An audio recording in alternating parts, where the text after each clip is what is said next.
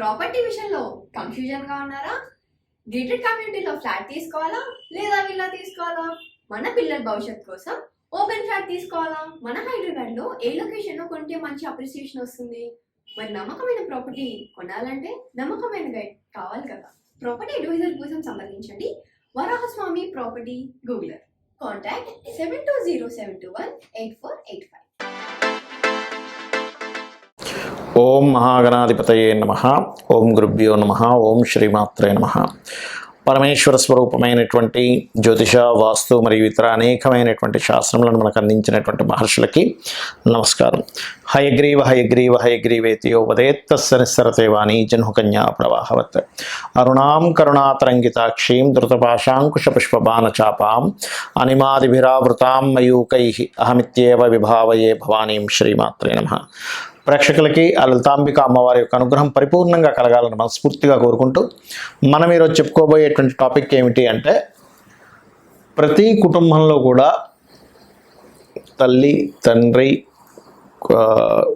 పిల్లలు కావచ్చు, అన్నదమ్ములు కావచ్చు, మేనమామ కావచ్చు, అలాగా ఒక రిలేషన్స్ అనేవి ఉంటాయి. ఆ రిలేషన్స్లో మన పూర్వజన్మ కర్మ ఆధారంగా ఒక రిలేషన్తో మనకి ఇబ్బంది ఉంటుంది, ఒక రిలేషన్తో చాలా బాగుంటుంది.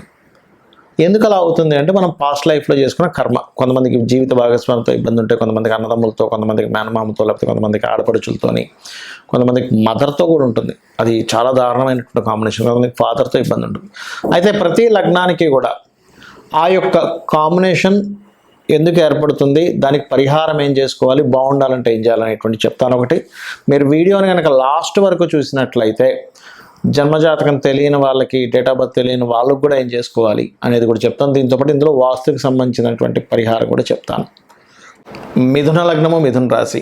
మిథున లగ్నం వారికి స్పెసిఫిక్గా మనం చెప్పేది ఒకటే, వీళ్ళకి తెలివితేటలు అద్భుతంగా ఉంటాయి. నడిచే వికీపీడియా అంటూ ఉంటాను. అంటే ఎప్పటికప్పుడు కొత్త విషయాలు నేర్చుకోవడానికి బాగా ఇష్టపడతారు మిథున లగ్నం వారు. తెలివిగా పనిచేయడానికి ఎక్కువ ఇష్టపడతారు. గొడ్లా కష్టపడడం కాకుండా తెలివిగా దీన్ని ఎట్లా టెక్నికల్గా ఎట్లా చేయాలి, సింపుల్గా ఎలా చేయాలి, ప్రాబ్లం ఎట్లా క్లియర్ చేసుకోవాలనేటువంటిది మిథున లగ్నం వారికి వెన్నతో పెట్టిన విద్య. అయితే వీళ్ళకి కూడా రిలేషన్స్తో ఇబ్బంది ఉంటాయి ఒక్కోసారి. ఎందుకు ఉంటాయో చెప్తాను మీకు. బై ఛాన్స్ వీళ్ళకి కనుక మూన్ పాడయ్యాడు, మూన్ అంటే సెకండ్ లార్డ్, కుటుంబ కారకుడు మూన్ అవుతాడు. వీళ్ళ మూన్ గనక పాడైతే కుటుంబ సభ్యుల వల్లే మానసిక స్ట్రెస్ పడుతూ ఉంటారు. లేదా ఫైనాన్స్, నేను తేలేకపోతున్నాను, ఫైనాన్షియల్గా ఇబ్బంది ఉందనేటువంటిది మానసికంగా ఎక్కువ పడుతూ ఉంటుంది.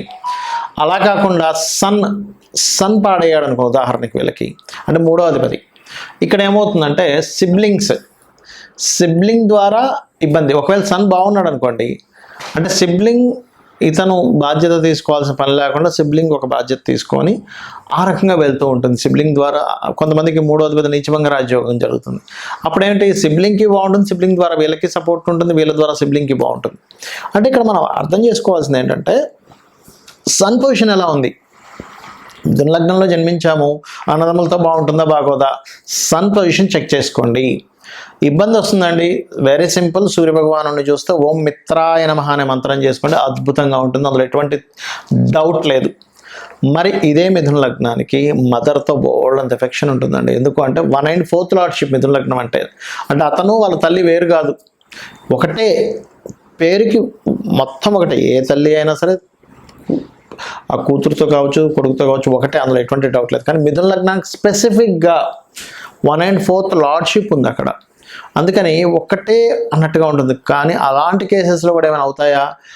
ఎప్పుడవుతాయి, మార్స్ ద్వారా మెర్క్యూరీ కనుక పాడైతే అప్పుడు ఇబ్బంది వస్తుంది తల్లితో కూడా.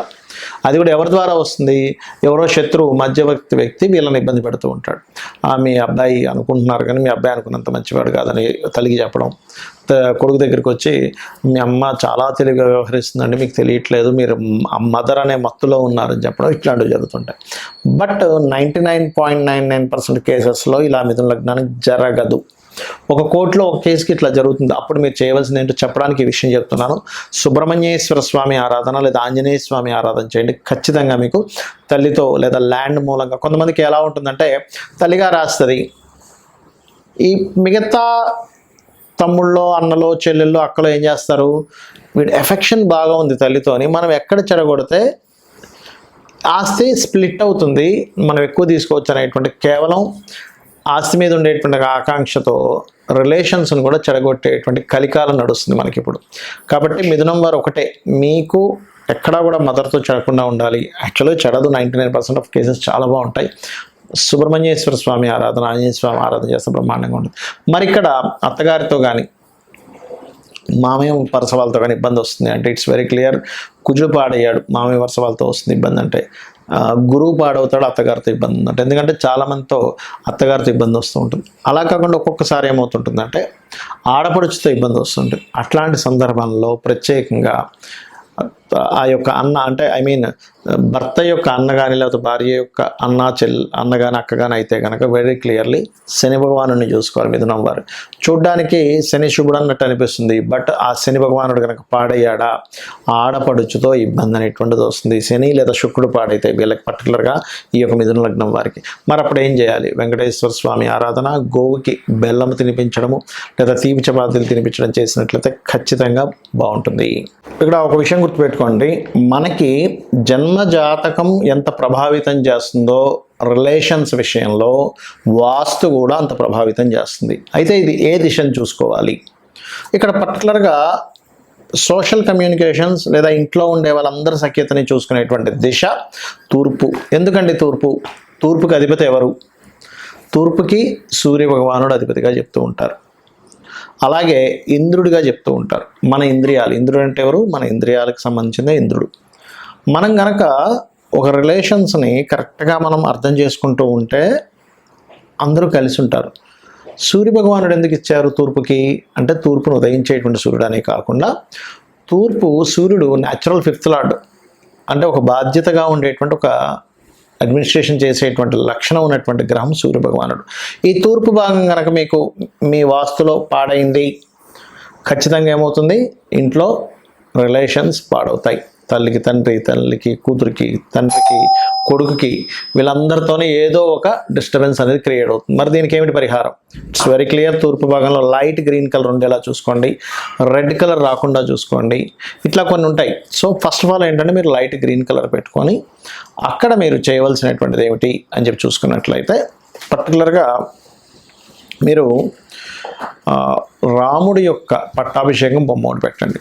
ఇది అయితే మరి ఇందులో మళ్ళీ రకరకాల వేరియేషన్స్ వస్తుంటాయి. అట్లాగా భార్యతో పడట్లేదండి అంటే ఆగ్నేయము నైరుతి కూడా పాడైందని మీరు అర్థం చేసుకోవాలి. అలా కాదండి, మాకు కొన్ని మనీ మ్యాటర్స్ వల్లే ఎక్కువ ఇబ్బంది వస్తుంది, ఇంట్లో రిలేషన్స్తోని కొత్త అవకాశాలు ఇంట్లో ఉండే వాళ్ళ వల్ల నేను ఇబ్బంది పడుతున్నాను అన్నప్పుడు ఎవరైనా బంధువర్గంలో మేనమామ, మామయ్య వీళ్ళ వరుస వల్ల వస్తుందంటే కొంత నార్త్ కూడా పాడవుతుందని అర్థం. మదర్తో నాకు ఎప్పుడు ఇబ్బంది వస్తుందంటే మీ జన్మ జాతకంలో ఖచ్చితంగా తల్లికి కారకుడైన చంద్రుడు అండ్ 4th లార్డ్ పాడయ్యాడు, దాంతోపాటు వాయువ్యం కూడా పాడైందని మీరు చెక్ చేసుకోవాలి. అప్పుడు ఏమవుతుంది? వాయువ్యానికి అధిపతి చంద్రుడు కాబట్టి మదర్తో వస్తూ ఉంటుంది ఇబ్బంది అనేటువంటిది. అదేవిధంగా అన్నదమ్ములతో ఎక్కువ గొడవ వస్తుందండి నాకు, సౌత్ ఖచ్చితంగా పాడవుతుంది, ఎందుకంటే సౌత్ కారకుడు కుజుడు, చెక్ చేసుకోండి. అయితే ఇక్కడ జన్మజాతకం లేని వాళ్ళు కూడా చేసుకోవాల్సింది సూర్య నమస్కారాలు. ఒకటి, సూర్య భగవానుడి దగ్గర దీపారాధన చేయడము, అదేవిధంగా ఆదిత్య హృదయ పఠనం చేసుకోవడం, ఇవి ఖచ్చితంగా పాటించాలి. మరొక విషయం ఏంటంటే ఇక్కడ మీ పర్సనల్ చార్ట్లో పర్టికులర్గా ఇప్పుడు మనం ఒక్కొక్క లగ్నంతో చెప్తూ వచ్చాం. సో మీ పర్సనల్ చార్ట్లో పర్టికులర్ లగ్నానికి ఆ యొక్క కారకుడు దేని ద్వారా కంబస్ట్ అయ్యాడు, దేని ద్వారా సపోర్ట్ అయ్యాడు అనేటువంటి దాన్ని ఫస్ట్ ఆఫ్ ఆల్ మీరు చూసుకోవాలి. ఆటోమేటిక్గా అది చూసుకొని దానికి సంబంధించిన దానం ఇవ్వడము, మంత్రం చేసుకోవడం చేస్తే ఖచ్చితంగా ఫలిస్తుంది. అయితే అందరికీ కూడా ఒకటే మాట చెప్తాను, ఇది ఛాలెంజింగ్గా చెప్తున్నాను. మీకు ఎటువంటి ఇబ్బంది ఉన్నా ఫ్రెండ్స్తో కావచ్చు, జీవిత భాగస్వామితో కావచ్చు, ఎవరితోనైనా మాకు ఎక్కువ శత్రుత్వాలు అవుతున్నాయి ఇంట్లో వాళ్ళతో బయట వాళ్ళతో, ఒక్క 10 నిమిషాలు సూర్య భగవానుడిని చూస్తూ ఇలా పట్టుకొని ఓం మిత్రాయ నమః, 100% శత్రువు కూడా మీకు మిత్రుడు అయిపోతాడు. అరే ఇంత ఎందుకు నేను గొడవ పెట్టుకుంటున్నాను, వీళ్ళతో నేను ఎందుకు గొడవ పెట్టుకుంటున్నాను, ఒక రియలైజేషన్ వస్తుంది దాని ద్వారా. అలాగే ఇక్కడ ఇంకొక విషయం ఏంటంటే, మీకు దగ్గరలో గోశాల కనుక ఉన్నట్లయితే గోవుకి వెళ్ళి ఆదివారాలు ప్రత్యేకంగా గోధుమ రవ్వ తినిపించండి. అదేవిధంగా మరొక విషయం ఏంటంటే, ఇంకా ఎక్కువగా ఉన్నాయంటే రిలేషన్స్లో అసలు నాకు సపోర్ట్ చేయట్లేదు, చాలా ప్రాబ్లమాటిక్గా ఉందన్నప్పుడు 14 కానీ 7 వారాలు కానీ రాముడి యొక్క పూజని ఆది బుధవారాలు చేయమని చెప్తుంది శాస్త్రం. సో రామదేవుడి కథ చెప్పుకోవడం ఇది చేసుకోవాలి. ఇక్కడ నేను చెప్పేది ఒకటే, మీ జన్మజాతకంలో ఎటువంటి దోషం ఉన్నా గుర్తుపెట్టుకోండి. ధనం రావట్లేదు అనుకోండి, రిలేషన్స్లో ఇబ్బంది ఉందనుకోండి, ఉద్యోగం లేదనుకోండి, వ్యాపారం సరిగ్గా సాగట్లేదు అనుకోండి, కంగారు పడక్కర్లేదు. చాలామంది ఏంటంటే అమ్మో నాకు ఇట్లా అయిపోతుంది కాబట్టి నా జాతకంలో ఏదో సర్పదోషం ఉందనో లేకపోతే ఇంకోటి ఏదో ఎల్నాడ్స్ నడిచిపోతుంది కాబట్టి నా జీవితం ఇట్లా అయిపోతుందని అనుకోవద్దు అని చెప్తా. ఎందుకంటే ఒకటే గుర్తుపెట్టుకోండి, మీకు ఎన్ని ఇబ్బందులున్నా మనకి శాస్త్రాల్లో చెప్పినటువంటిదే ప్రామాణికం. దేవీ భాగవతంలో సాక్షాత్ అమ్మవారే చెప్పినటువంటి అంశం నేను మీకు ఇప్పుడు చెప్పబోతున్నా. ఏమిటది అంటే, మీరు గనక ఈ ప్రకృతి ఏమిటి, ఈ విశ్వం ఏంటనే ఒక రియలైజేషన్ గనక అయితే, లలితా సహస్రనామాలు మొత్తం కూడా రియలైజేషన్. ఈ ప్రకృతి అంటే ఎవరు, ఈశ్వరుడు అంటే ఎవరు, అమ్మవారు అంటే ఎవరు చెప్పేది లలితా సహస్రనామాలు. కనబడుతున్న ప్రతి వస్తువు ఈశ్వరుడు, అందులో ఉన్నటువంటి శక్తి అమ్మవారు అని మీరు రియలైజ్ అయ్యి అమ్మవారిని నమ్ముకొని, నాకేంటి మా అమ్ముందని ఎలా నమ్ముతామో, చంటి పిల్లవాడు అమ్ముందని ఎలా నమ్మి హాయిగా నిద్రపోతుంటాడు, అలాగే నాకేంటి అమ్మవారు ఉంది అనేటువంటి భావనతో ఎవరైతే నిత్యము లలిత చేసుకుంటూ లలిత సహస్రనామాలు చేసుకుంటూ ప్రకృతిలో ఉన్న ప్రతిదీ ఈశ్వర స్వరూపంగా భావిస్తూ వాళ్ళ పని వాళ్ళు చేసుకుంటూ వెళ్ళిపోతుంటారో, పక్కవాడు అదంటున్నాడా, లేకపోతే సొసైటీ ఇలా మారిపోతుందనా, లేకపోతే ఇంకోటి అవుతుందనే అనేటువంటి ఆలోచనలు పక్కన పెట్టి మన బాధ్యత మనం చేసుకుంటూ అమ్మవారిని నమ్ముకుంటూ వెళ్తున్నారా, మీ యొక్క తలరాతని అమ్మవారే మారుస్తుంది అనేటువంటి శాస్త్రంలో ఉన్నటువంటి పచ్చి నిజం. కాబట్టి ఇది ఫాలో అవ్వండి. ఆ లలితాంబిక అమ్మవారి యొక్క అనుగ్రహం మీరు పరిపూర్ణంగా పొందాలని మనస్ఫూర్తిగా కోరుకుంటూ శ్రీమాత్రే నమః.